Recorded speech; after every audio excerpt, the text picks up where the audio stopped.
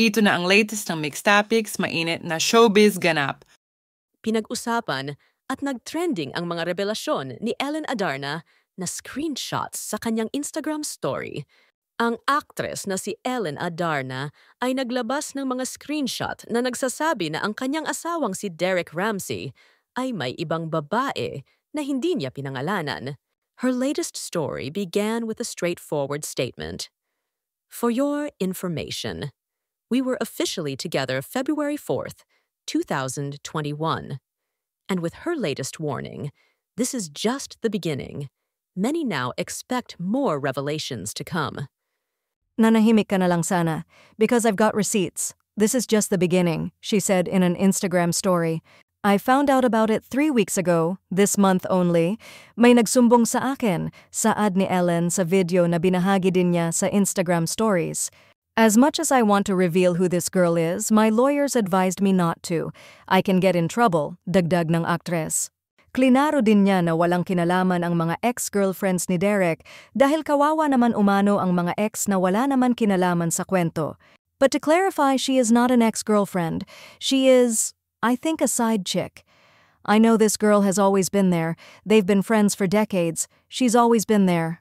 Saad ng aktres. Ellen also said she has more receipts and this is just the beginning.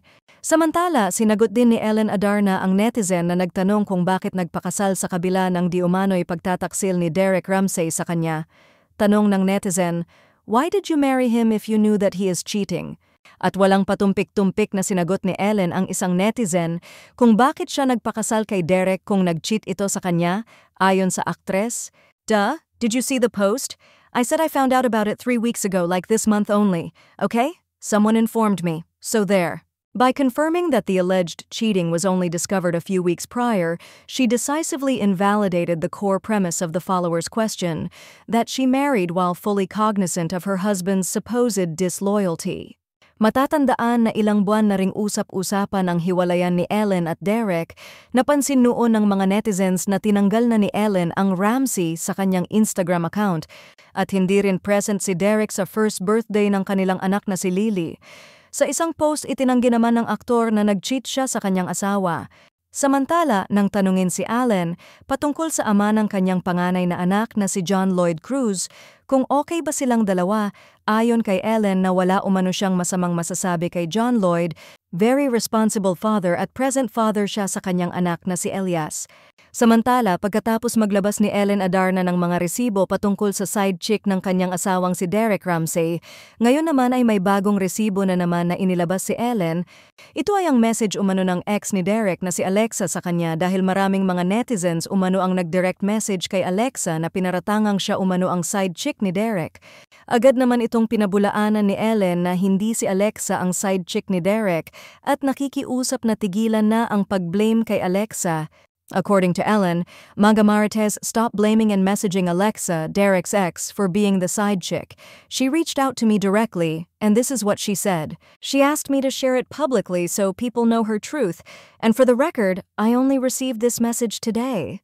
Ibinahagi rin ni Ellen ang mga screenshots ng mga mensahe ni Alexa sa kanya at nagpasalamat din si Alexa kay Ellen dahil nagsilbi umanong boses niya si Ellen after how many years na hindi siya nagsalita laban sa dating karelasyon na si Derek. Sa chat ni Alexa, inamin niya na naging biktima siya ng emotional at psychological manipulations. Nilinaw naman ni Ellen na ang issue tungkol sa side chick ay hindi naman daw naging girlfriend talaga ni Derek. Again, the side chick was never a girlfriend, saad ni Ellen.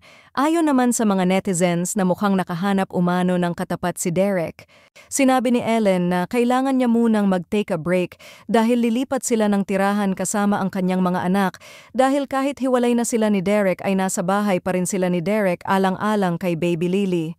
Pero ngayon sa wakas ay nakalipat na sila ng tirahan, makikita sa mga Instagram update ni Ellen ang mga larawan ng kanilang bagong tirahan at ng kanilang mga maletang mag-iina.